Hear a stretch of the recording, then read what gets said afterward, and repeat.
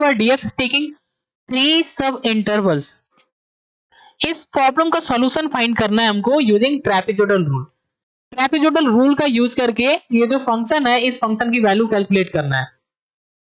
अब यहाँ पे 3 सब इंटरवल दिया है, सब इंटरवल दिया है और हमारे पास यहाँ पे क्वेश्चन दिया है। इस क्वेश्चन का सॉल्यूशन फाइंड करना है यूजिंग ट्रेपेजोइडल रूल।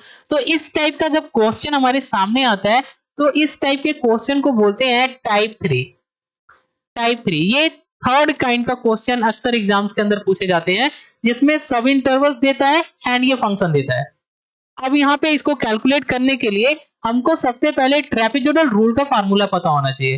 तो यहाँ पे जब हम इसको सॉल्यूशन करते हैं तो यहाँ पे जो फार्मूला होता है, फार्मूला, वो फार्मूला हमारा क्या होता है, h/2 y not plus yn plus 2 into y1 plus y2 plus dash dash yn minus 1। ये हमारा फार्मूला होता है। इस फार्मूला में ये h की वैल्यू, y नॉट की वैल्यू, yn हमारा क्या होता है, y का लास्ट टर्म होता है, y1 y2। अगर इन सबकी वैल्यू हमको पता हो तो सबकी वैल्यू यहाँ पे पुट करके हम ये जो फंक्शन है इस फंक्शन की वैल्यू को कैलकुलेट कर सकते हैं। बट यहाँ पे हमको किसी का वैल्यू नहीं पता है, बट यहाँ पे दिया क्या है, इंटरवल दिया है, सब इंटरवल। तो इस टाइप के क्वेश्चन को सॉल्व करने के लिए सबसे पहले हमको h की वैल्यू कैलकुलेट करना होता है। तो कैसे कैलकुलेट करते हैं, ये जो सब इंटरवल है एक्चुअल में ये है क्या, ये हमारी n की वैल्यू दिया है, n की वैल्यू कितना है, 3 है।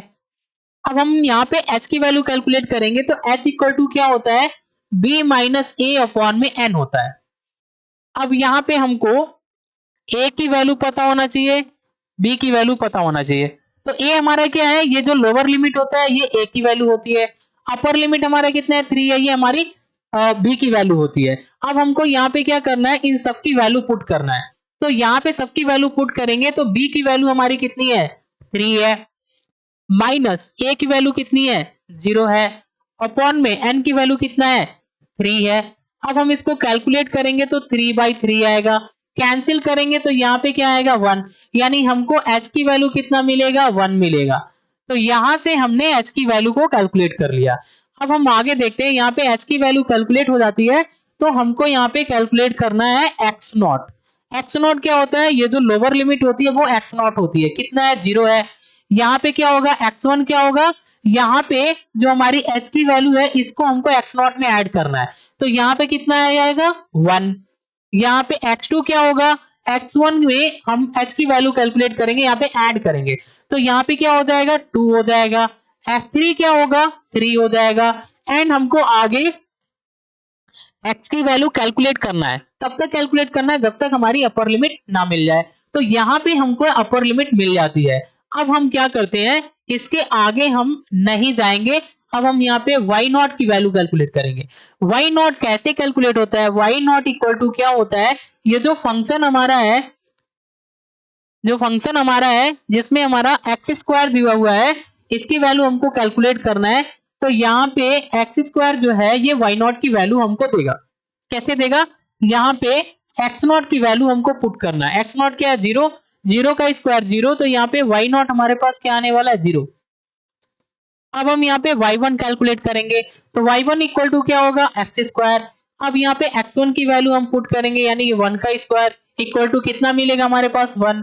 तो y1 हमारा क्या हो जाएगा, 1।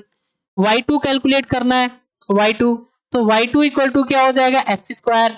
एक्स स्क्वायर मतलब यहाँ पे हमको x2 की वैल्यू पुट करना है, x2 की वैल्यू क्या है, 2 का स्क्वायर हो जाएगा। अब हम यहाँ पे जब इसको सॉल्व करेंगे तो 4 आएगा, यानी कि y2 की वैल्यू कितना आएगा, 4। अब हम यहाँ पे y3 की वैल्यू कैलकुलेट करेंगे तो y3 इक्वल टू क्या होगा, एक्स स्क्वायर। अब यहाँ पे x3 की वैल्यू कितना है, 3, 3 का स्क्वायर हो जाएगा इक्वल टू कितना आएगा, 3 3 9, तो यहाँ पे हमको मिलेगा 9। तो इस तरीके से हम इन सब की वैल्यू कैलकुलेट कर लेते हैं। अब हम क्या करते हैं, इन सब की वैल्यू कैलकुलेट कर लेते हैं तो जो फार्मूला हमारा होता है, इस फार्मूला में इन सब की वैल्यू रखना है, h/2 y not plus y का लास्ट टर्म क्या है, y3 plus 2 into y1 plus y2, क्योंकि इन दोनों को छोड़ने के बाद हमारा केवल y1 एंड y2 बचता है, तो हम क्या करेंगे यहाँ पे इन दोनों को ऐड कर लेंगे।